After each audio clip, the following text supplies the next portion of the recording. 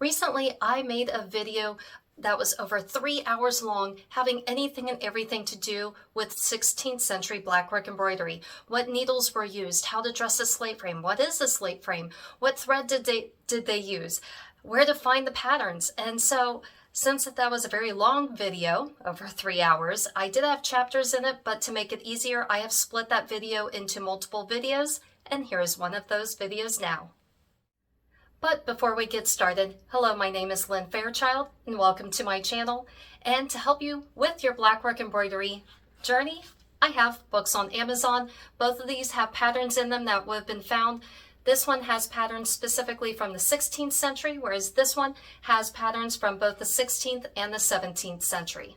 I will have links below in the description. So we'll just say you are doing a simple line, but you are doing the Holbein stitch, the double running stitch, the geometric counted stitch of Blackwork. What you are going to do is you are going to have your pattern and then decide, do you want to do every third hole, every fourth hole, every fifth hole, depending on how far you're going to count will then determine how small or how large your embroidery project is. But we'll just say you're doing a line. I like to start left and then go from left to right and then back, but that's personal preference. You could start from the right and then go to the left.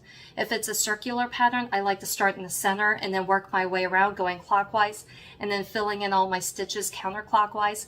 And what I mean by filling in my stitches, it's a double running stitch. So if I start on my far left, and then I will count over 3 holes and then put my needle down through the fabric. Count over 3 holes and then my needle goes up. Count over 3 holes and my needle goes down. And so then I've got a dashed line on my linen. Once I get to the very end of where I want to stop, my needle will then, with the silk thread, will then go back the way I came, going up and down through the fabric, and then I will be filling in all of those blank spots. So in the end, I will have a straight line that is reversible on both front and back, but it's all counted stitch. And from here, this is where you can get into all of the intricate patterns. You can do lattice patterns, you can do flowers. There are all sorts of things you can do that are geometric shapes, but it's all counted stitch.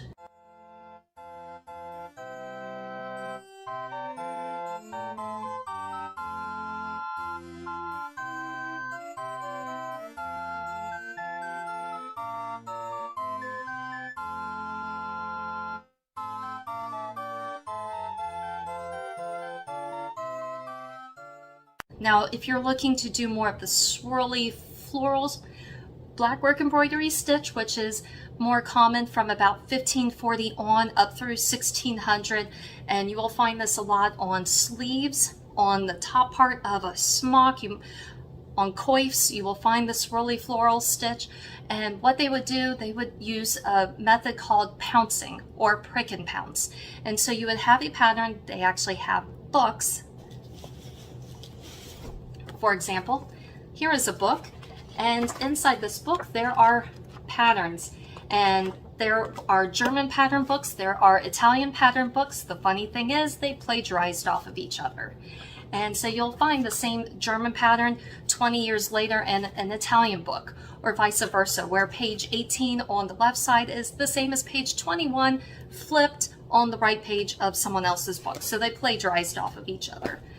But you would have these pattern books, and so from there, from the pattern, I could then poke holes in the pattern, lay that pattern down onto the fabric, and then take something like charcoal powder and just brush that on. And so then I've got little dots on my fabric, and then they would take ink and trace over, and then they have now transferred that pattern onto the fabric, and then they would embroider over the pattern.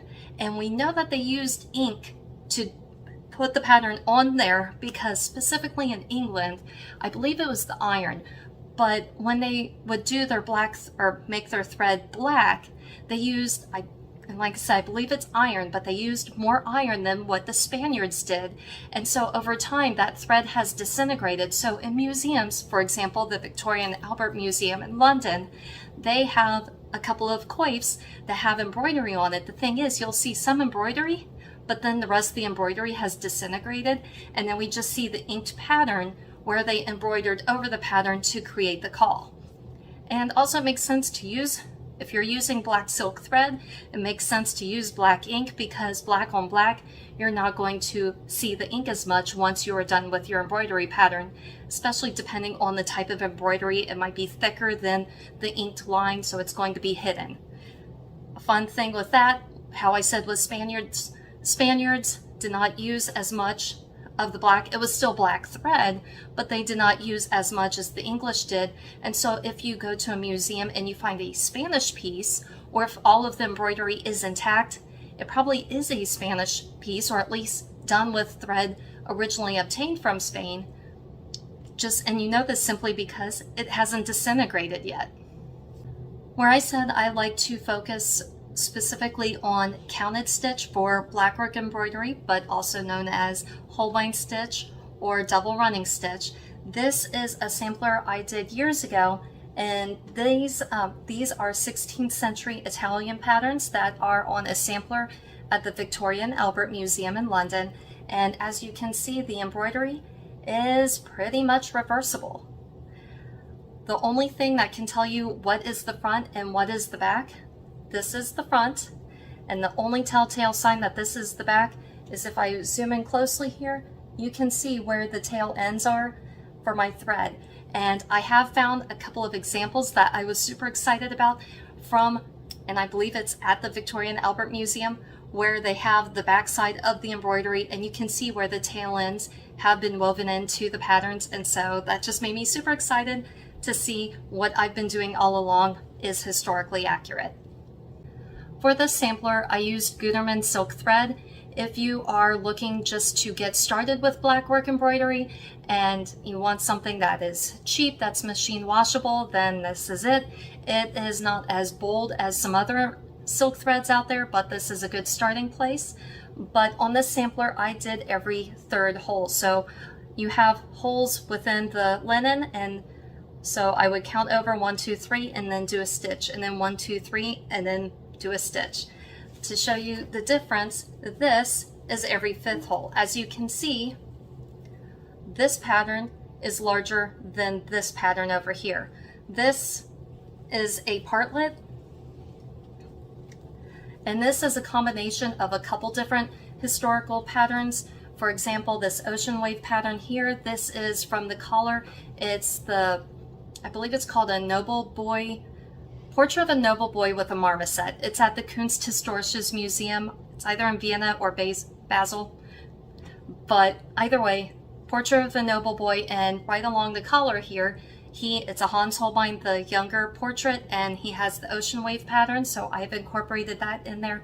The ocean wave pattern can also be found on the cuffs of Jane Seymour, the third wife of Henry VIII. The only difference is on her ocean waves, there are little tails, right? You've got part of an ocean wave, and then there will be a tail down on the diagonal. And then on the diagonal pattern here, this pattern is from James Stuart, who was the Earl of Moray, the half-brother of Mary, Queen of Scots. He's also illegitimate, but the flower pattern on his pattern is different than my flower pattern, so I modified the flower pattern to make this one more my own, but I still stayed within the rules of blackwork embroidery. If you are looking for inspiration on an embroidery pattern that you would like to embroider, I highly recommend looking up some of Hans Holbein the Younger's portraits. And even with that, here is to me a funny little thing. The double running stitch, the geometric reversible pattern, well, embroidery that I do, is also known as Holbein Stitch. The thing that I find amusing is if you look at Hans Holbein the Younger's portraits from about roughly 1540 on, some of his portraits have the swirly floral kind of blackwork embroidery and not the geometric blackwork embroidery that was iconic from England earlier in like the 1520s and the 1530s. But even though he painted the swirly floral kind as well, it's the geometric kind, the double running stitch that's reversible, that is still considered Holbein Stitch. And I think that's probably because there were other artists during the time from Europe from about 1500 to 1550 that were also painting blackwork in their portraits, but you'll find one artist only painted one artist maybe painted 2 portraits with blackwork, whereas Holbein had at least 25, 26 different portraits or drawings that we know of today that have blackwork.